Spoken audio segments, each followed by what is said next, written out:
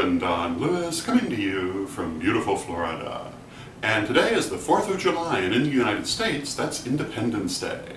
And at this time, Americans everywhere celebrate their freedom and independence, their right to free speech and freedom of worship, and many other related things.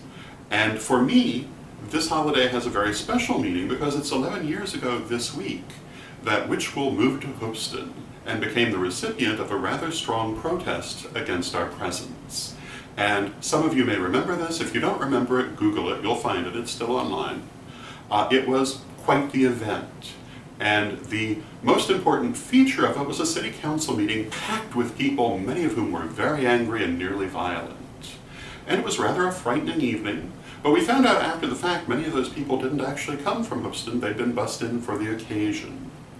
And that demonstration had exactly the opposite effect of what the demonstrators hoped for. It actually made us rather more determined to settle in Hoopeston and remain there. And chances are that we might have been less determined had we not felt that we were standing for an important principle. And at this time, there's a similar cause célèbre going on in the town of Beebe, Arkansas, involving the Seeker's Temple, which is also being protested, and an attempt is being made to stop them from being present in that town. And I hope that you will support them as you once supported us in a similar situation, and that we will see them be able to remain in Beebe. However, I will have to say that I think that the treatment they're receiving in some ways is worse than what we received, because the city of Hoopeston behaved very properly and legally. They denied us nothing. It's just that some people didn't like us being there, whereas the city of Beebe has behaved very inappropriately and is actually denying legal access to the Seeker's Temple, to permits and other things. And I don't find it surprising that the treatment they're receiving should be worse than what we received, because there really has been no significant movement against this kind of behavior, not even from us, pagans that is, and I think that it's very important that we stop and think about this on this day, and the importance of standing for what we believe. And I think that in future, if we wish to retain the freedom of our religion, we really have to make a point of standing up for it and being heard, and not expect that it's just going to be there, because, you know, we talk a lot about rights in this country, but a right can never be given. It can only be had and held.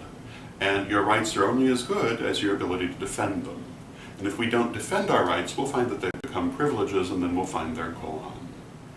So that's my first message to you on this 4th of July. I have a second one that is perhaps less inspirational, but equally important. And a lot of pagans in the United States like to criticize Christians for their behavior.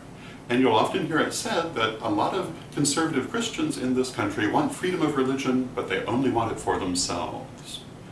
But you know, I have to say that the pagan community has this same problem.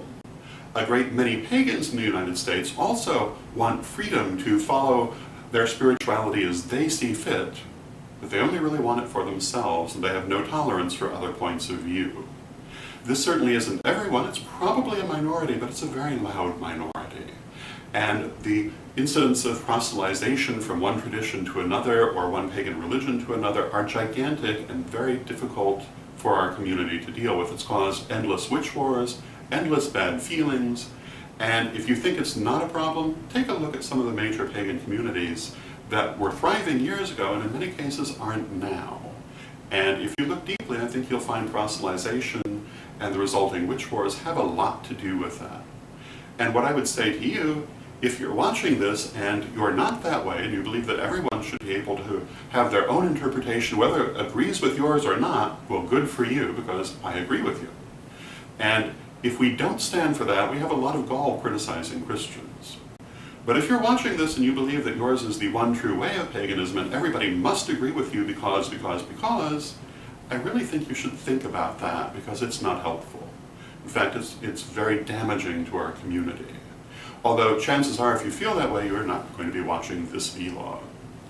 So what I would say to you as you go forward is there are two very important things that we as pagans must be mindful of. The first is standing up for our rights, and the second is making sure that we ourselves actually stand for them.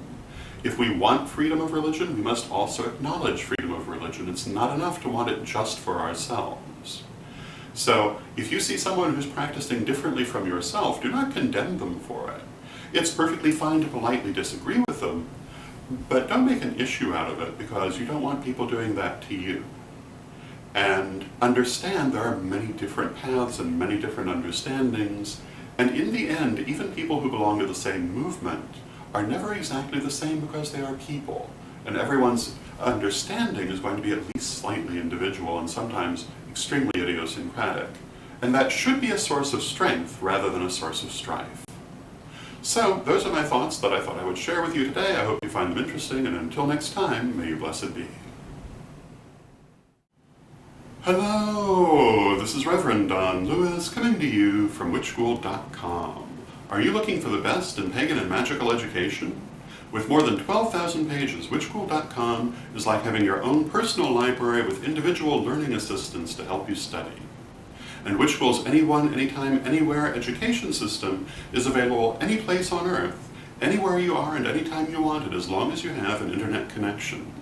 Witch School's lifetime memberships are a great value. They really do last a lifetime. They've been there for years and they'll be there for years to come. So get your membership today at witchschool.com.